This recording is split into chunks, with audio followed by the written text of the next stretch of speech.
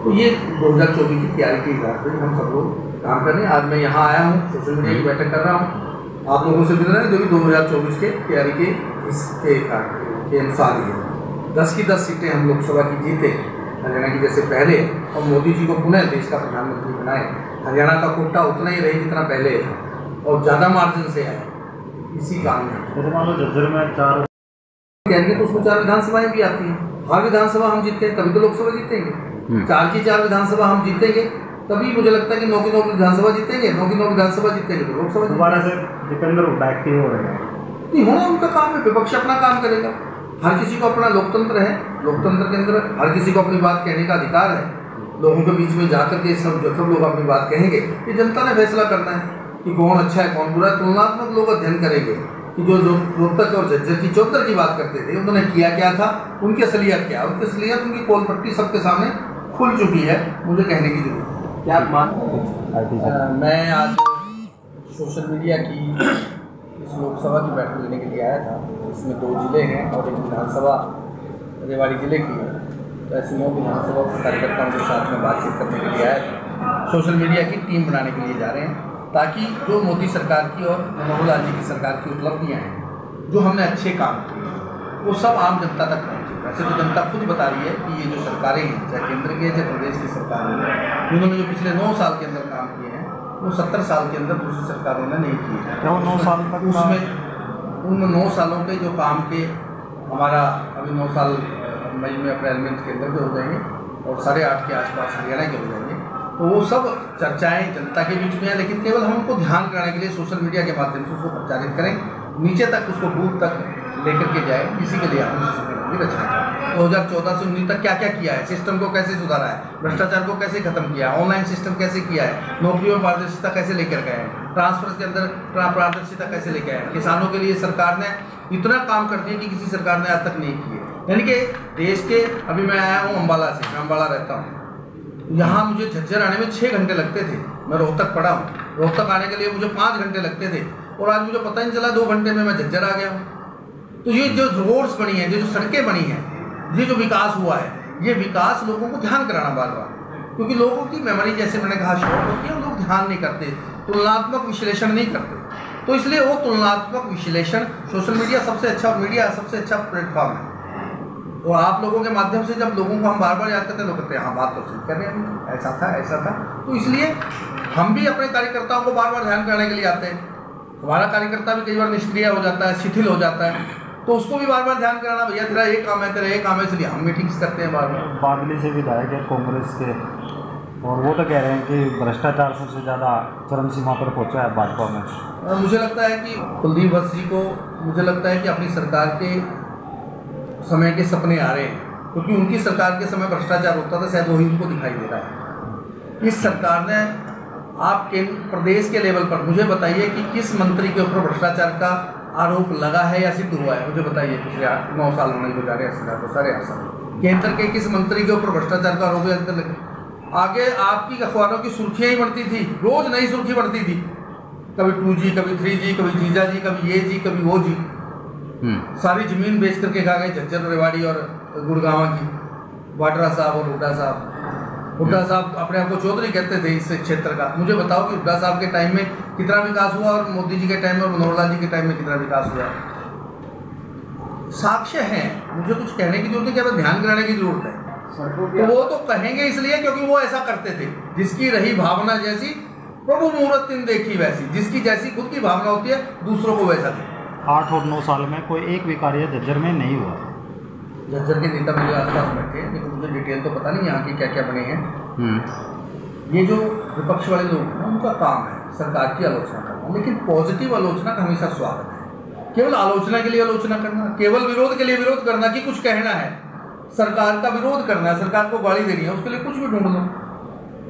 अच्छे काम की वर्णन नहीं करते, कोई एक काम रह भी जाता है, कोई 100% काम एकदम पूरे हो जाएंगे। समय कंज्यूमिंग, टाइम कंज्यूमिंग प्रोसेस है।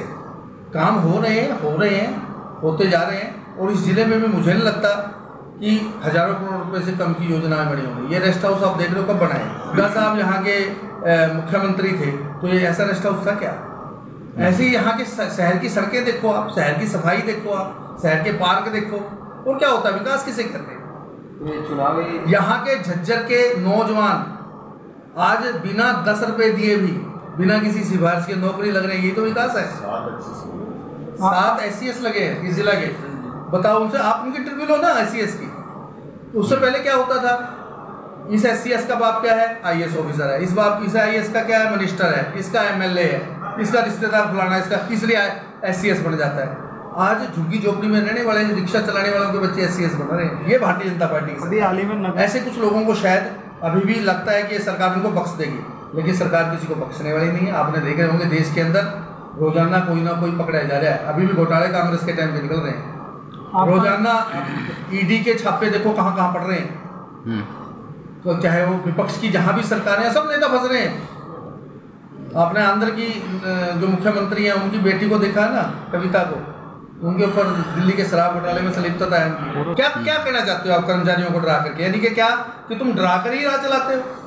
अरे भैया, उनको अपना सहयोगी बनाओ, उनका अपना साथी बनाओ, उनको शाबाशी दो जो अच्छा काम कर रहे हैं। आप डरा करके जिस तरह से पहले काम करते थे वैसा ही, क्योंकि तुम्हारी सरकार तो आनी नहीं है, डरा डरा के शायद उनको कोशिश कर रहे हो कि वो आपके पक्ष में बोलना शुरू करे, आपके काम करना शुरू कर दे।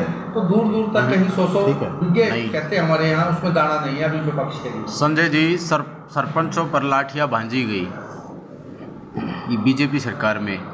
उन सरपंचों का कहना है कि गांव में बीजेपी सरकार के किसी भी नुमाइंदे को घुसने नहीं दिया जाएगा। किस प्रकार से देखते हैं आप? आदरणीय प्रदेश अध्यक्ष जी ने भी, आदरणीय मुख्यमंत्री जी इस बात को स्पष्ट किया है कि ये जो छोटी सरकारें हैं इनके साथ मिलकर के हम काम करना चाहते हैं। सरकार का कोई भी इरादा टकराव का नहीं है, कोई भी इरादा किसी के साथ झगड़ा करने का नहीं है। सरकार का इरादा केवल और केवल विकास का है, और गांव का विकास इन्हीं पंचों, सरपंचों, जिला परिषद चेयरमैन मेरे साथ बैठे हैं, इनकी भी बैठक हुई है मुख्यमंत्री जी के साथ, कैसे विकास की बातें हों। मुख्यमंत्री जी का एकमात्र लक्ष्य है, प्रदेश अध्यक्ष श्री ओम प्रकाश धनखड़ जी का भी एक लक्ष्य है। जब वो पंचायत मंत्री थे तो उन्होंने इसी तरह से 20 लाख रुपए तक के टेंडर्स करवाते थे।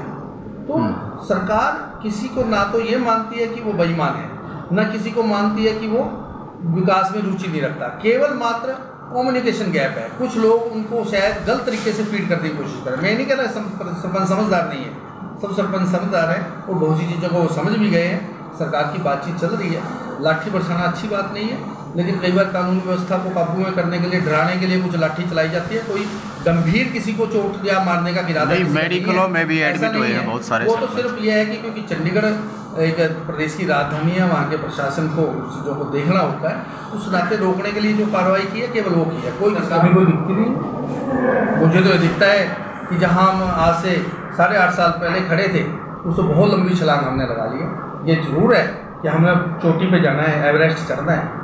अभी एवरेस्ट चढ़ने में थोड़ा समय है, कई चोटियों को हमने लांघ लिया है, उस पर ही पहुँच जाएंगे। कई बार बयान आए हैं, छोटी मोटी रहती है। देखो, जब टेक्निकल चीज़ें करते हैं, मान लो PPP का मामला है, परिवार पहचान पत्र का मामला है, मान लो पेंशन का मामला है, गुलाबी पीले राशन कार्ड की बात है, तो क्या आप नहीं चाहेंगे कि जो लोग अब गरीबी रेखा से ऊपर आ गए हैं उनके राशन कार्ड नहीं बनने चाहिए? सही व्यक्ति को, पात्र व्यक्ति को मिलना चाहिए, जो सच में गरीब है, जिसको जरूरत है, जिसकी आमदन 1,80,000 रुपये से कम है, 15,000 रुपये से कम कमाता है जो महीने में, उस व्यक्ति की आमदन बढ़े। यही सरकार का मकसद आज भी BPL 60 आदमियों के बने हुए हैं सर। मैं वही कह रहा हूँ कि टेक्निकल प्रॉब्लम है। आप केवल आपने 100 लोगों में से 2 लोग देख लिए कि इनके गलत बने हुए हैं, लेकिन 98 के ठीक बने हुए, वो भी तो देखो ना।